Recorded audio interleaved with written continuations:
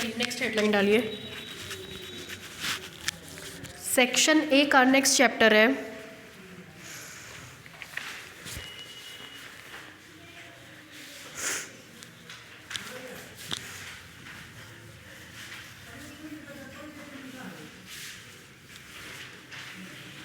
मिटा दें, basis and axioms of countability.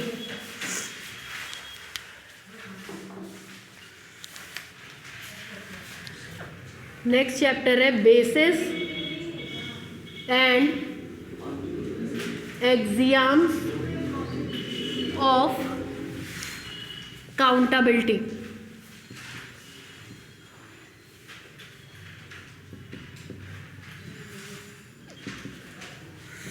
Basis and axioms of accountability.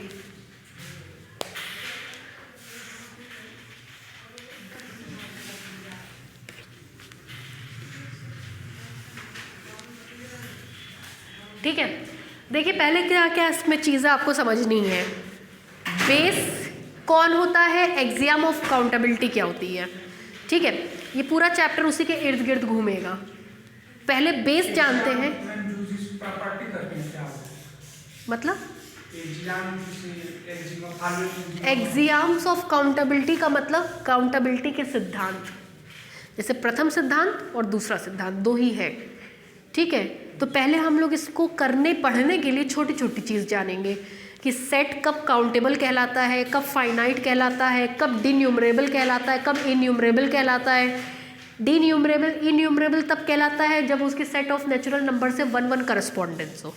तो बारी बारी से पढ़ेंगे, पहले 1-1 करस्पॉन्डेंस पढ़ेंगे, फिर कब उसको फाइनाइट, काउंटेबल और डिन्यूमरेबल कहते हैं ये पढ़ेंगे, तब हम लोग आगे अप्रोच करेंगे। ठीक है, तो पहली हेडलाइन डालिए 1-1 करस्पॉन्डेंस।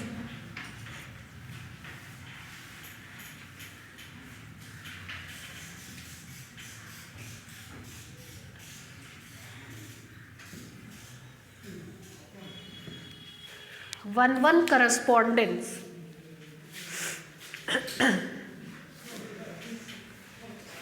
आप लोगों ने सुना होगा 1-1 और ऑन्टो मैपिंग। जब 1-1 और ऑन्टो को कंबाइंड करते हैं तो उसको 1-1 करस्पॉन्डेंस कहते हैं या 1-to-1 करस्पॉन्डेंस कहते हैं। क्या मतलब हुआ, जब भी फंक्शन या मैपिंग की बात आती है ऑब्वियसली हम दो नॉन एम्प्टी सेट्स लेते हैं। मान लिया ये सेट A है, ये सेट B है। अगर इसके प्रत्येक एलिमेंट इसके एक एलिमेंट पे करस्पॉन्ड करता है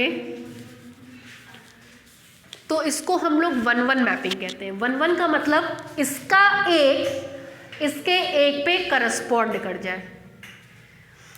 इधर की तरफ कोई भी एलिमेंट छूटा हुआ नहीं होना चाहिए, यहाँ कोई एलिमेंट छूटा हुआ हो सकता है। ठीक, जब हम 7th क्लास में थे तब मेरे लिए एक ट्यूटर रखे गए थे। उन्होंने हमको समझाया था, आज तक हम नहीं भूले। कहते थे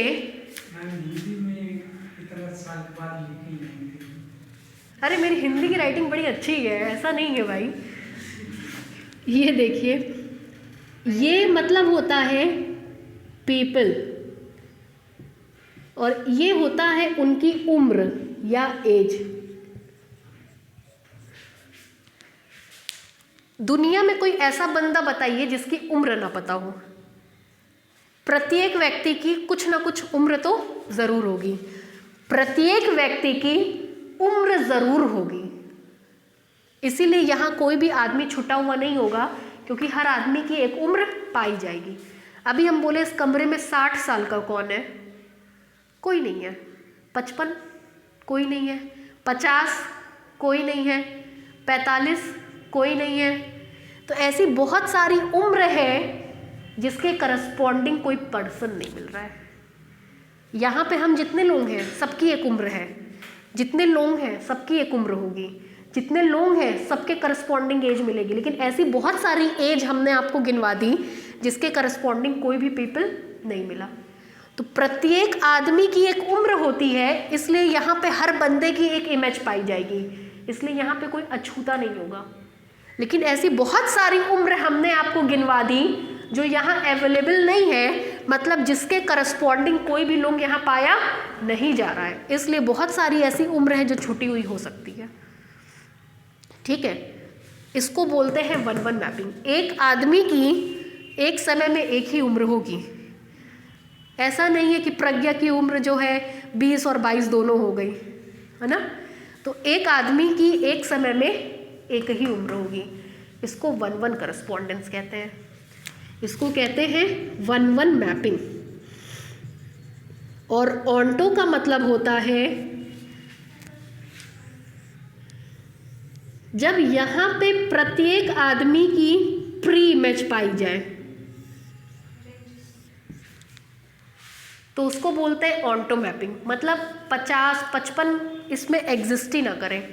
हम बोल दे इतना कि मेरे क्लासरूम में 20 साल का एक बंदा है, 21 साल का एक बंदा है, 22 साल के 3 बंदे हैं, हम अपनी एज बता दें, तो होगा क्या, हर एज के करस्पॉन्डिंग कोई ना कोई बंदा इस क्लासरूम में ज़रूर है। तो कोई भी एज छुटी हुई नहीं है, हर एक एज की प्री इमेज पाई जा रही है। तो इस कंडीशन में इस मैपिंग को बोलते हैं ऑन्टो मैपिंग। 1-1 का मतलब 1 का 1, एक का एक से करस्पॉन्डेंस। प्रज्ञा की एज एक बार में एक ही होगी, अमृता की उम्र एक बार में एक ही होगी, एक का एक से करस्पॉन्डेंस। ऑन्टो का मतलब हर एक की प्री इमेज पाई जाए, ऑन्टो का मतलब हर एक की प्री इमेज पाई जाए, तो इस मैपिंग को क्या कहते हैं, ऑन्टो। और जब मैपिंग 1-1 और ऑन्टो दोनों होती है, 1-1 एंड ऑन्टो दोनों हो, तो उसको बोलते हैं 1-1 करस्पॉन्डेंस या फिर 1-1 करस्पॉन्डेंस। ठीक, दूसरे शब्दों में इसको कहते हैं बाइजेक्टिव। बाई का मतलब होता है दो, जो दो प्रॉपर्टी को सेटिस्फाई करे, that is 1-1 and onto, such a mapping is called bijective mapping. तो ये बेसिस एंड एग्जाम्स में बहुत ज़रूरी है आपको जानना। जब भी 1-1 करस्पॉन्डेंस या 1-1 करस्पॉन्डेंस होगा, तभी सेट हमारा फाइनाइट, काउंटेबल या डिन्यूमरेबल कहलाएगा। 1-1 करस्पॉन्डेंस का मतलब 1-1 प्लस ऑन्टो, 1-1 का मतलब एक का एक से करस्पॉन्डेंस, ऑन्टो का मतलब 1-1 में यहाँ छुटा हुआ हो सकता है, लेकिन जब वही छुटा हुआ नहीं होगा तो उसको हम लोग बोलते हैं ऑन्टो मैपिंग। 1-1 में छुटा हुआ हो सकता है, जैसे मेरे क्लास में 50 साल का कोई नहीं है, लेकिन हम अपनी चीज़ को ऐसे मैनेज करें कि प्रत्येक उम्र का एक बंदा ज़रूर मिल जाए, तो उसको बोलते हैं 1-1 ऑन्टो मैपिंग। एक का एक से, 1 का 1 से, दैट इज 1-1 मैपिंग, और हर एक की प्री इमेज पाई जाए, that is onto mapping. The mapping which is 1-1 and onto. 1-1 का मतलब एक का एक से करस्पॉन्डेंस, ऑन्टो का मतलब there is no element in B which has no preimage in A. हर एक बंदे की बी में, ए में प्री इमेज पाई जानी चाहिए, ऐसी मैपिंग कहलाती है 1-1 ऑन्टो मैपिंग। ठीक है, तो 1-1 ऑन्टो मैपिंग को 1-1 करस्पॉन्डेंस या 1-1 करस्पॉन्डेंस या बाइजेक्टिव मैपिंग कहते हैं। ठीक, 1-1 का मतलब एक का एक से, ऑन्टो का मतलब दूसरे वाले में कोई भी छुपा हुआ नहीं होना चाहिए, ऐसी मैपिंग को हम लोग बोलते हैं 1-1 मैपिंग। ठीक है, लिखिए, a mapping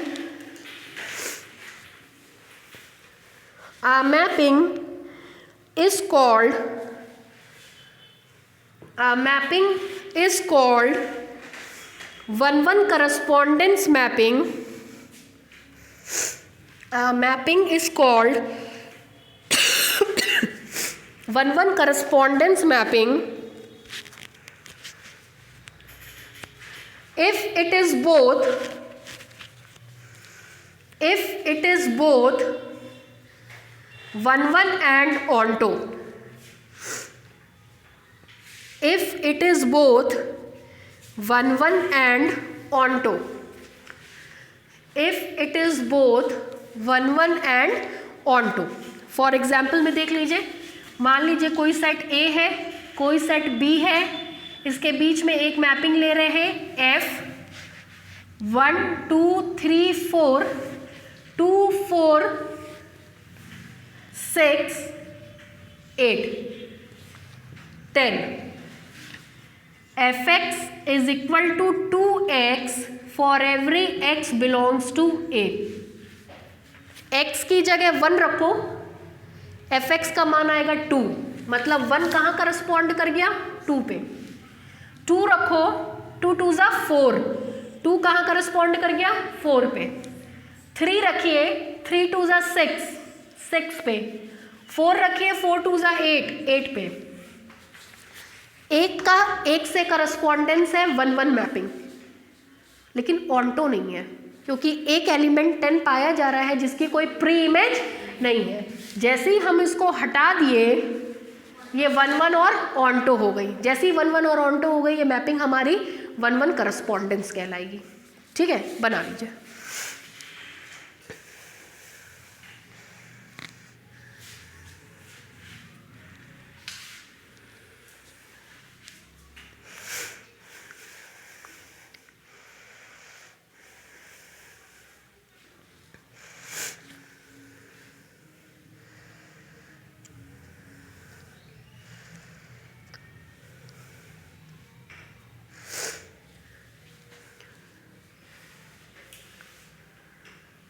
आप लोग 7 बजे तक नहीं बैठ पाएंगे ना? अरे किसी दिन, मतलब ऐसा नहीं कि मतलब किसी किसी दिन वैसे तो हो ही जाता है. 1 घंटा लग जाएगा 6:30 तक. अगर 3:30 से बुलाएं, 3:30 से आ पाएंगे? 3:30 से 4:30, 4:30 से 5:30, 5:30 से 6:30, 3 घंटा हुआ ना. कल बुलाएंगे. ठीक है, हम डाल देंगे, जरा मैसेज ग्रुप में चेक करिएगा और अमृता इनको बता दीजिएगा फ़ोन करके. ठीक है, हो गया भाई, आगे बढ़े.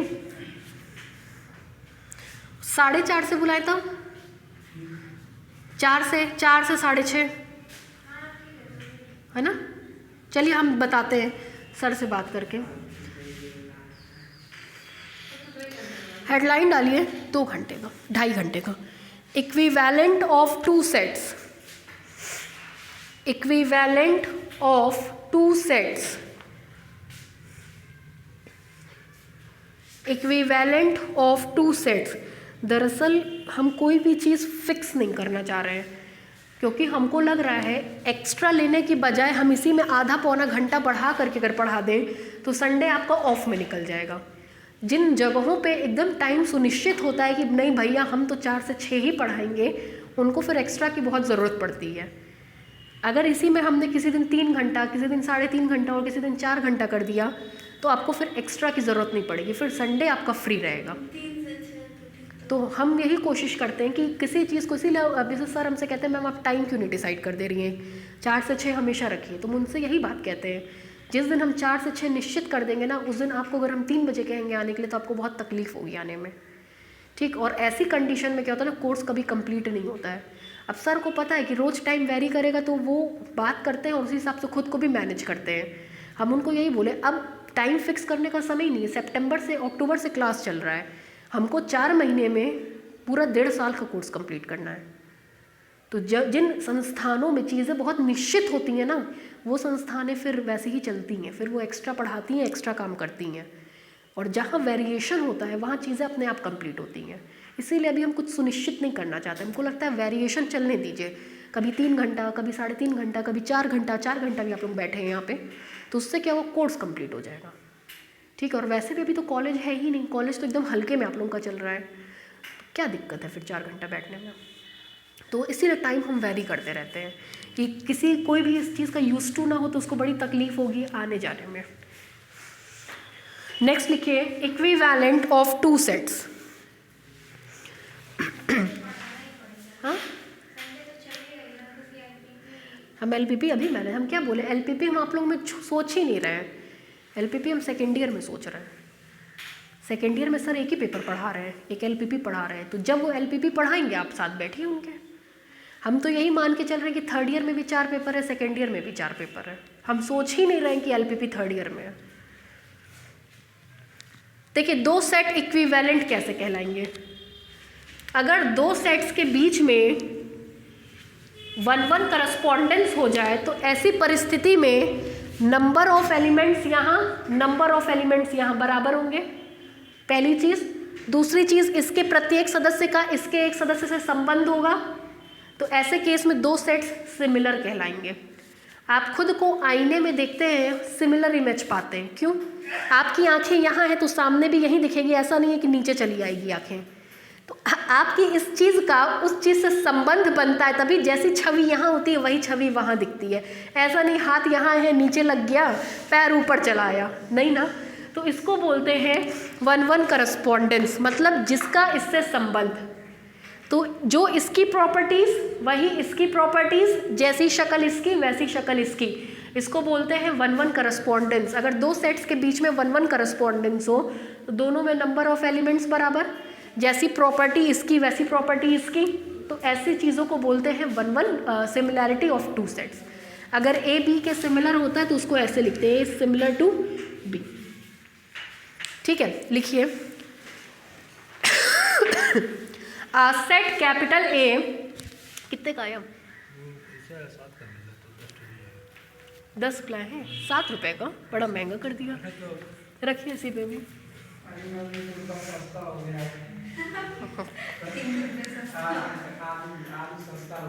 अच्छा लिखिए, set capital A is said to be equivalent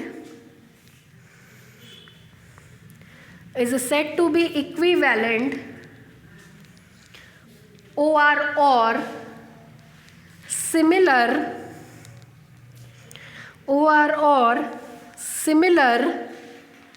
to a set capital B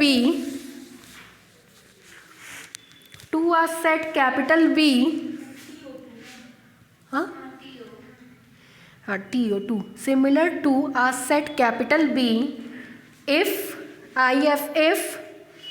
there exist at least one comma 1-to-1 correspondence between their elements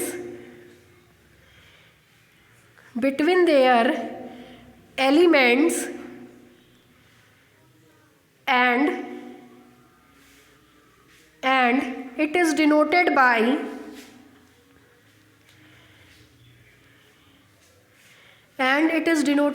ये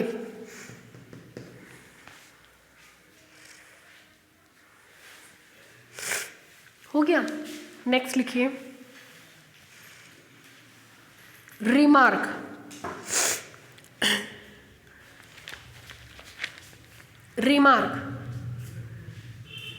लिखिए, the relation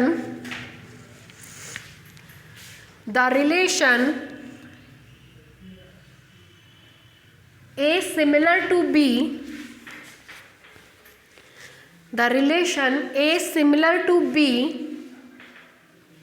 in the family of set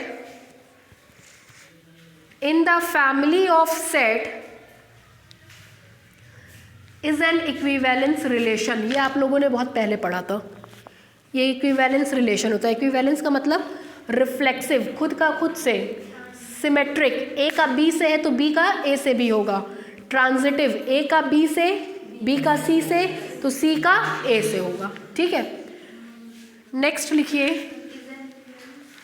relation. Next लिखिए, डिन्यूमरेबल और innumerable और countably infinite set, numerable,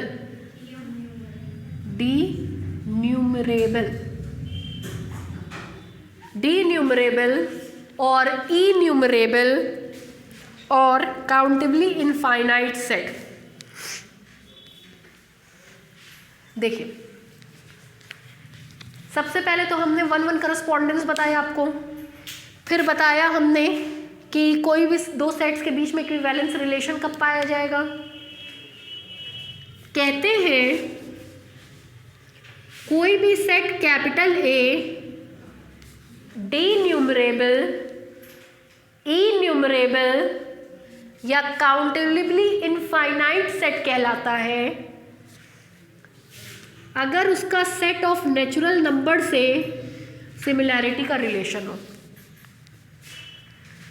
मतलब ए set of natural number के साथ कम से कम एक, एटलीस्ट 1:1 करस्पॉन्डेंस रखता हो। मतलब सेट ए और सेट ऑफ नेचुरल नंबर के बीच में कम से कम एक मैपिंग ऐसी मिल जाए जो 1-1 भी हो जाए और ऑन्टो भी हो जाए। वो मैपिंग ढूंढने की जिम्मेदारी आपकी कि आप इन दोनों के एलिमेंट्स के बीच में कोई ऐसा रिलेशन एस्टैब्लिश कर पाए जिसके तहत f 1-1 भी हो और ऑन्टो भी हो। तो ऐसी कंडीशन में ए सिमिलर कहलाता है n के या ए इक्विवेलेंस कहलाता है n के, और ऐसी परिस्थिति में ए को डीन्यूमरेबल, इन्यूमरेबल या काउंटेबली इनफाइनाइट सेट कहते हैं। कोई कहे कि सेट ऑफ इंटीजर्स डीन्यूमरेबल, इन्यूमरेबल या काउंटेबली इनफाइनाइट है या नहीं, तो बस इतनी कोशिश करिए इससे बीच में एक मैपिंग ढूंढने की जो 1-1 हो जाए और ऑन्टो हो जाए। अगर वो 1-1 और ऑन्टो हो गया तो वो उस केस में आपका डीन्यूमरेबल, इन्यूमरेबल या काउंटेबली इनफाइनाइट कहलाएगा, अदरवाइज नहीं कहलाएगा। ठीक है, तो काउंटेबली इनफाइनाइट, डीन्यूमरेबल या इन्यूमरेबल बनने के लिए फलाने सेट की सेट ऑफ नेचुरल नंबर से सिमिलैरिटी या इक्विवेलेंस रिलेशन होना चाहिए। मतलब कम से कम एक मैपिंग दोनों के बीच में ऐसी एग्जिस्ट करनी चाहिए जो 1-1 भी हो और ऑन्टो भी हो। ठीक है, लिखिए लिखिए आ सेट कैपिटल ए, हाँ इसी हेडलाइन में लिखिए, a set capital A is said to be, a set capital A is said to be denumerable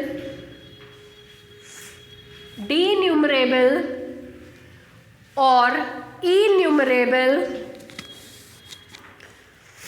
or countably infinite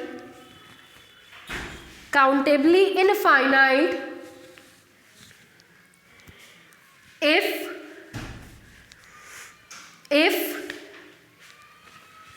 A is similar to N or N is similar to A।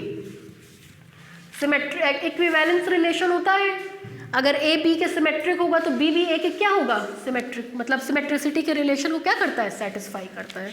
अभी just ऊपर remark में लिखवाए थे।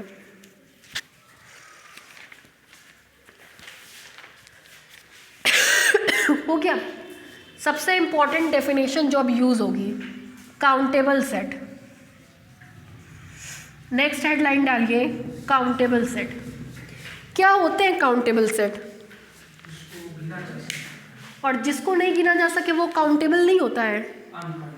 क्यों? Set of natural number को आप लोग कहते हैं काउंटेबल सेट है। Set of natural number countable set है। काउंटिंग नंबर्स उसी को कहते हैं, जबकि उसमें number of elements 10 to infinite है। फिर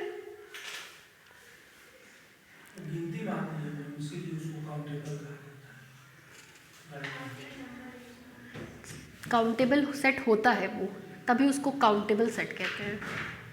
क्यों भाई? आप लोगों के हिसाब से जिसके एलिमेंट को उंगली पे गिना जा सके, मतलब जो फाइनाइट एलिमेंट्स को कंटेन करता हो, वो सेट काउंटेबल है। हमने कहा सेट ऑफ नेचुरल नंबर के तो एलिमेंट्स को आप उंगलियों पे गिन नहीं सकते, तो आपके हिसाब से वो काउंटेबल नहीं होना चाहिए, लेकिन संजोगवश उसका नाम ही है काउंटेबल सेट, मतलब वो काउंटेबल सेट है। ऐसा क्यों? तो अब आपकी इसी अभिधारणा को हम गलत साबित करते हुए एक नई चीज़ आपको बता रहे हैं। ऐसे सेट्स जो फाइनाइट होते हैं, फाइनाइट होते हैं मतलब जिनको आप एलिमेंट्स को आप उंगलियों पे गिन सकते हैं, जैसे ये A इज इक्वल टू 1 2 3 4 5, कितने एलिमेंट्स आए इसमें? 5। तो आपके हिसाब से ये फाइनाइट सेट है। दूसरा, ऐसे सेट जो डीन्यूमरेबल होते हैं। डीन्यूमरेबल होने का मतलब जिनकी सेट ऑफ नेचुरल नंबर से सिमिलैरिटी होती है। तीसरा, ऐसे सेट्स जो एम्प्टी होते हैं। इन तीनों में से कोई भी प्रॉपर्टी कोई भी रखता हो, उसको हम काउंटेबल सेट्स कहते हैं। जिनके एलिमेंट्स को उंगलियों पे गिन सकते हैं, that are finite set, not countable set, उनको हम फाइनाइट सेट कहते हैं। Finite set, empty set, denumerable sets are called countable sets. जिनके एलिमेंट्स को उंगलियों पे गिनते हैं उनको फाइनाइट कहते हैं। जिनके एलिमेंट को उंगलियों पे नहीं गिन सकते, अगर वो नेचुरल नंबर से 1 करस्पॉन्डेंस रखेंगे तो भी वो काउंटेबल सेट कहलाएंगे, और एम्प्टी सेट भी काउंटेबल सेट होता है। ठीक है, लिखिए काउंटेबल सेट में लिखिए set capital A, set capital A which is either empty,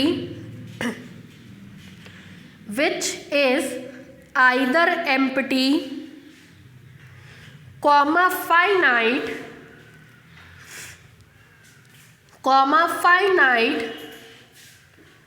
or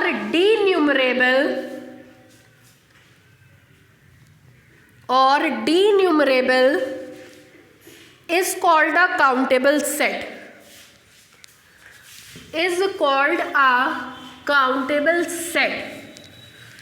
Example, set of integer क्या होता है भाई? नहीं होता क्या, ये हमको बताइए पहले। Z इज इक्वल टू, बोलिए, 0 +-1 +-2 +-3 and so on. Finite set है नहीं है, एम्प्टी सेट है नहीं है। अगर हम चेक कर लेंगे ये डीन्यूमरेबल है तो ये काउंटेबल होगा, वरना ये काउंटेबल नहीं होगा। Z को हम अरेंज कर रहे हैं, देखिए 0 1 -1 2 -2 3 -3 एंड सो ऑन से। ठीक है, सेट ऑफ नेचुरल नंबर हम लेकर के चल रहे हैं 1 2 3 4 5 6 7 एंड सो ऑन। एक मैपिंग डिफाइन कर रहे हैं, f(x) is equal to n/2 1 - n/2। ये तब जबकि n इवन है, ये तब जबकि n ऑड है। For every small n belongs to capital N। ठीक, चलिए अब यहाँ देखिए, नेचुरल नंबर, इंटीजर 1 2 3 4 5 6 7 8 9 10। पहले सब इवन वाले को ले लीजिए। 2 इवन है, 2 किस पे करस्पॉन्ड करेगा? 2/2 दैट इज 1। 4 इवन है, 4 किस पे करस्पॉन्ड करेगा? 4/2 दैट इज 2। 6 इवन है, 6 किस पे करस्पॉन्ड करेगा? 3 पे। 8 किस पे करस्पॉन्ड करेगा? 4 पे। और 10 किस पे करस्पॉन्ड करेगा? 5 पे। ठीक, मतलब 2 करस्पॉन्ड करेगा 1 पे, 4 करस्पॉन्ड करेगा 2 पे, 6 करस्पॉन्ड करेगा 3 पे एंड सो ऑन। 1 ऑड है, 1 - 1/2 दैट इज 0। 1 करस्पॉन्ड करेगा 0 पे। 3 1 - 3/2 -1 ये करस्पॉन्ड करेगा -1 पे। 5 1 - 5/2 -2 पे करस्पॉन्ड करेगा।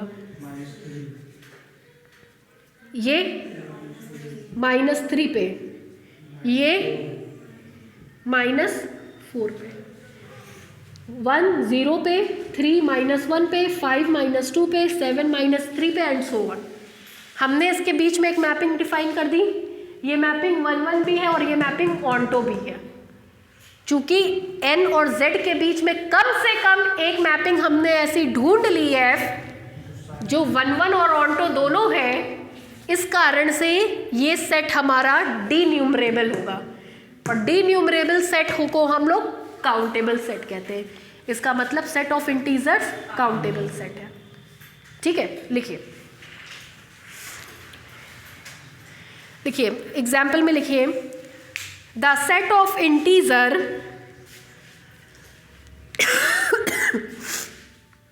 The set of integer is a countable set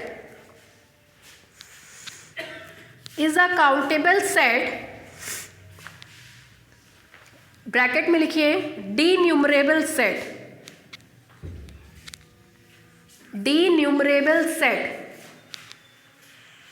bracket बंद, because we can arrange the elements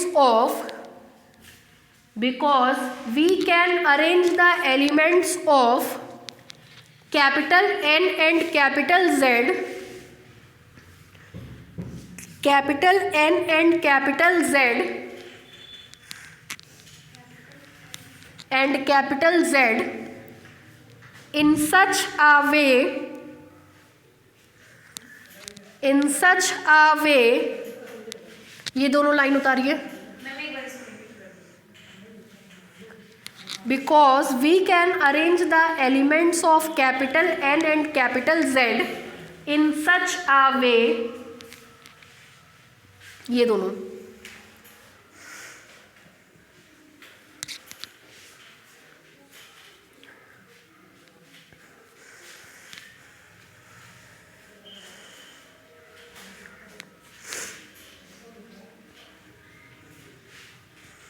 लिख लिया।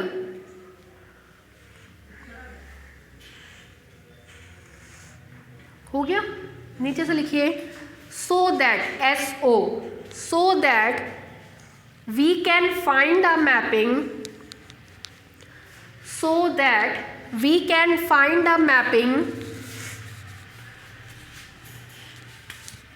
f is such that n to z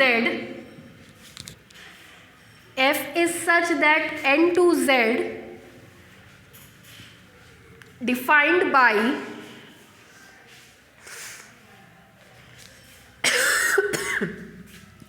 by ये लिखिए, डायग्राम बनाइए।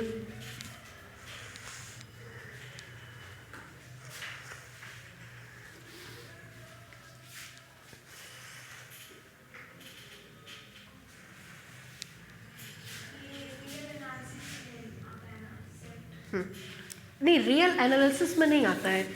सेट थियरी अलग है, वो अलग बात है कि रियल एनालिसिस में पढ़ाया जाता है स्टार्टिंग में।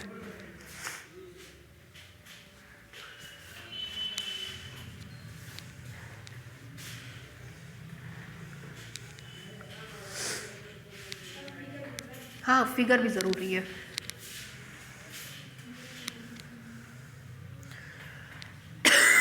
हो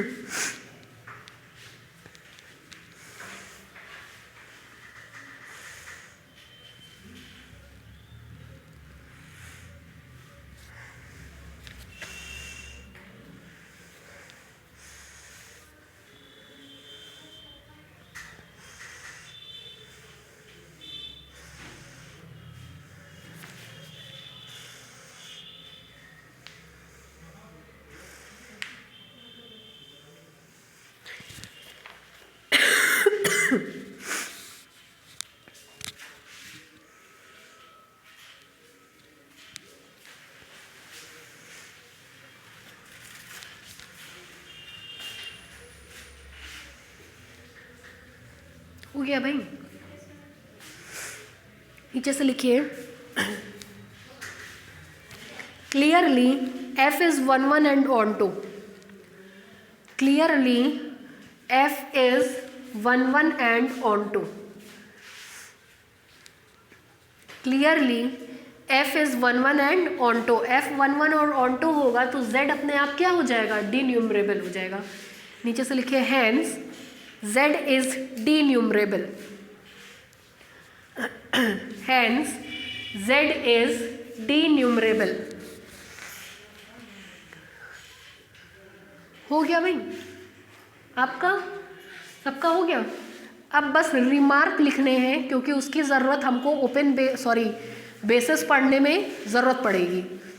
ठीक है, रिमार्क लिखने के बाद हम लोग केवल अपने मेन टॉपिक पे आ जाएंगे। 4-5 थ्योरम है, 2-3 डेफिनेशन है, बस इतना ही है इस चैप्टर में। कितने नंबर का मैम ये चैप्टर? अरे 8 नंबर का आता है। ऐसे तो वो जेड रियल के इक्वल होता है। Number of elements in Z is equal to number of elements in N। Obviously बराबर है, क्योंकि दोनों कहाँ टेंड करते हैं? इनफाइनाइट पे, और इनफाइनाइट में से कितना भी घटा लीजिए रहेगा इनफाइनाइट ही, है ना। लिखिए रिमार्क, रिमार्क ब्रैकेट में लिखिए रिजल्ट्स यूज्ड इन चैप्टर।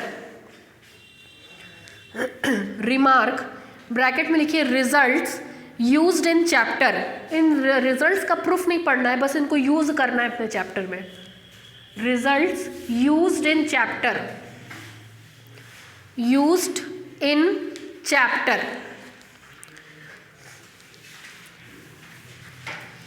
2-4 तो पहले हम बता दे रहे हैं, फिर लिखिएगा। देखिए, set of natural number, whole number, integers, ठीक, नेचुरल, होल, इंटीजर, रेशनल, ये सब हमारे काउंटेबल सेट है। ठीक, IR और R अनकाउंटेबल सेट है। ठीक, काउंटेबल सेट का जो सबसेट होता है वो भी काउंटेबल होता है। क्यों? क्योंकि काउंटेबल सेट को अगर आप फाइनाइट के सेंस में सोच रहे होंगे, 50 एलिमेंट है, 10 घटा दीजिए 40 हो गए, तब भी वो फाइनाइट ही होता है। यही सेंस इसमें लगाया गया है। अनकाउंटेबल सेट का सुपर सेट, किसी में इनफाइनाइट एलिमेंट है, डबल इनफाइनाइट कर दीजिए तो वो भी क्या होगा? अनकाउंटेबल होगा। ठीक,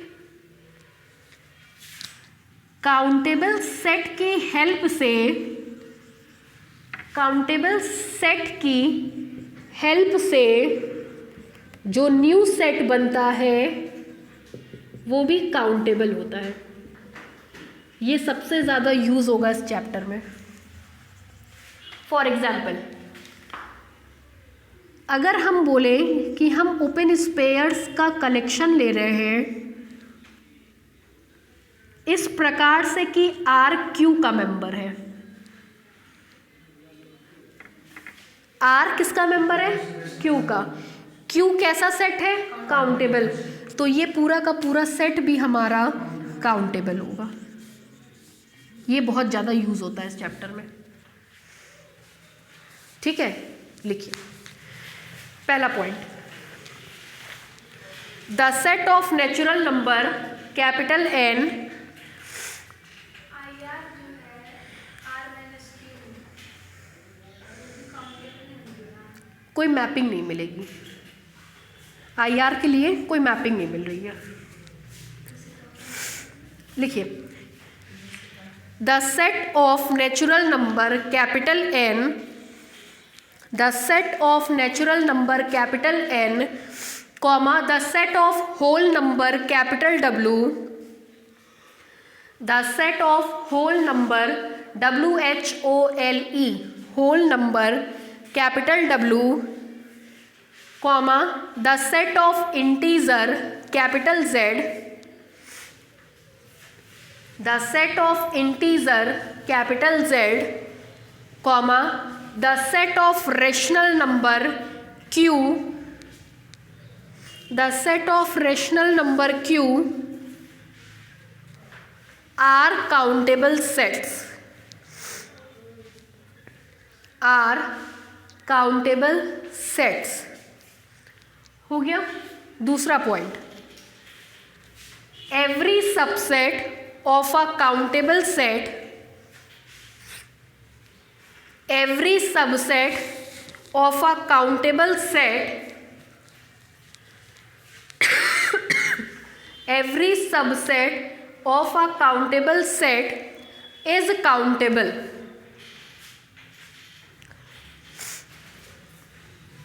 हो गया।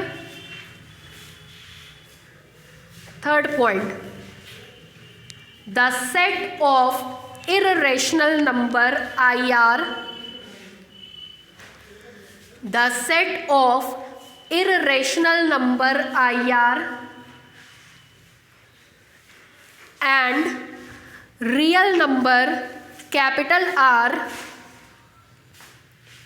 and real number capital R is uncountable set, is uncountable set।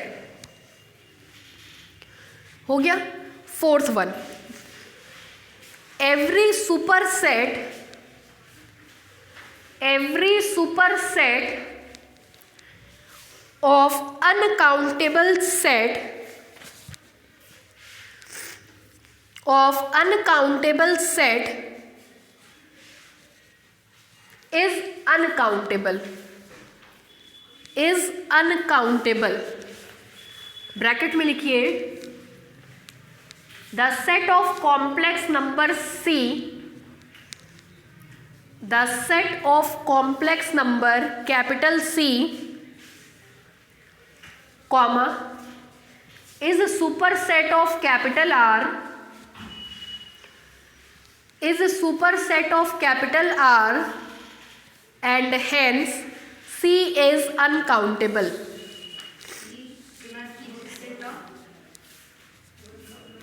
इस सेट ऑफ, देखिए बताइए, लिखा नहीं मेरा,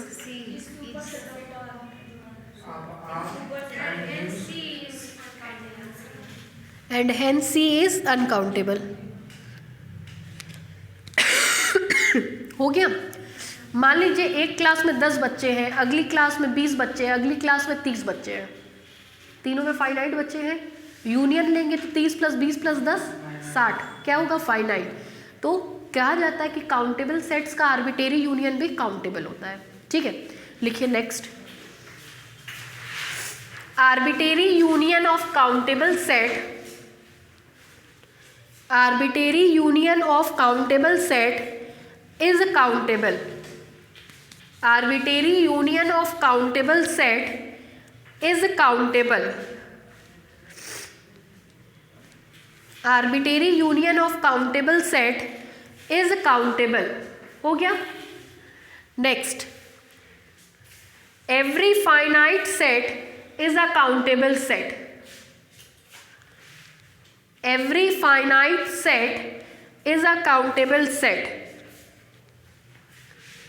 every finite set is a countable set। ये पहले भी बता चुके, फाइनाइट और एम्प्टी दोनों सेट कैसे होते हैं? काउंटेबल।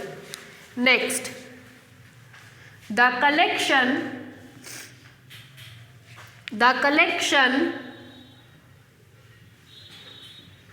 ये लिखिए करली ब्रैकेट में S X R comma, radius हमेशा पॉजिटिव होती है। द कलेक्शन करली ब्रैकेट में S X R belongs to Q comma R greater than 0 bracket बंद is a countable set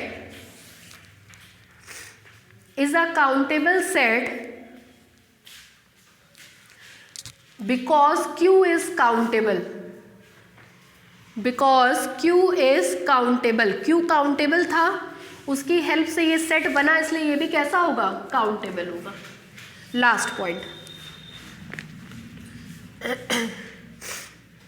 देखिए, मान लीजिए कोई मैपिंग है F is such that A to B, ठीक है, ये मैपिंग हमारी 1-1 मैपिंग है,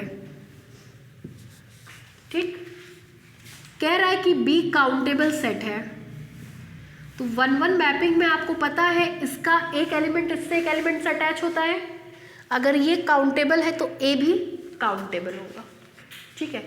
लिखिए if F is such that A to B, next point, if f is such that a to b is a 1-1 mapping,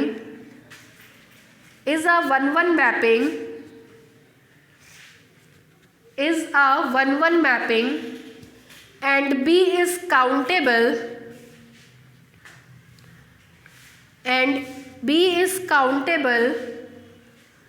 then a is also countable set. Then A is also countable set. हो गया। अब बस headline डाल के छोड़ दीजिए, local base और neighbourhood base. अब यहाँ से मेन टॉपिक शुरू होगा, लोकल बेस और नेबरहुड बेस। कल हम लोग की जब मुलाकात होगी तो 2 तरीके के बेस आपके कोर्स में है, लोकल बेस, ओपन बेस या ग्लोबल बेस। तो पहली मुलाकात इसी से होगी हम लोग की कि हम इन दोनों की परिभाषाएं बता करके इन दोनों में अंतर बताएंगे। जब हमने अपने समय में ये चैप्टर पढ़ा था, अंत तक हमको दोनों की परिभाषाओं में कन्फ्यूज़न था, ये बात हमको समझ में नहीं आ रही थी कि कब ग्लोबल बेस लगेगा, कब नेबरहुड बेस लगेगा। क्यों? क्योंकि इतने से का अंतर है। आपको पता है ओपन सेट नेबरहुड होता है खुद में पाए जाने वाले सारे पॉइंट्स का, तो क्या आवश्यकता पड़ी ये 2 अलग अलग डेफिनेशन बताने की? हमको कभी क्लियर नहीं हुआ। हमको क्लियर कब हुआ? जब हम पढ़ाना शुरू किए, टू द फर्स्ट लेक्चर, जब हम उसको एनालाइज किए तब हमको क्लियर हुआ, वरना अभी तक टिल डेट हम इस चैप्टर से भागा करते थे, मन ही नहीं करता था पढ़ने का। तो हम इसीलिए अब जब पढ़ाते हैं तो सबसे पहले यही क्लियर करते हैं कि दोनों की ज़रूरत क्या पड़ी, दोनों में डिफरेंस क्या है, दोनों में सिमिलैरिटी क्या है, और जितने थ्योरम्स कराते हैं वो किताब से हट करके जैसे हम समझाते हैं एक एक स्टेप वाइज वैसे वैसे कराते हैं, क्योंकि बुक में जो उसके थ्योरम के प्रूफ दिए हुए सब लगभग गलत है। ग्लोबल का लोकल में कर दे रहा है, लोकल का ग्लोबल में कर दे रहा है, क्यों कर दे रहा है भगवान जाने। तो हम अपने तरीके से ये चैप्टर पढ़ाते हैं, ठीक है। तो कल से समय पर रहिएगा, टाइम भी हम बता देते हैं।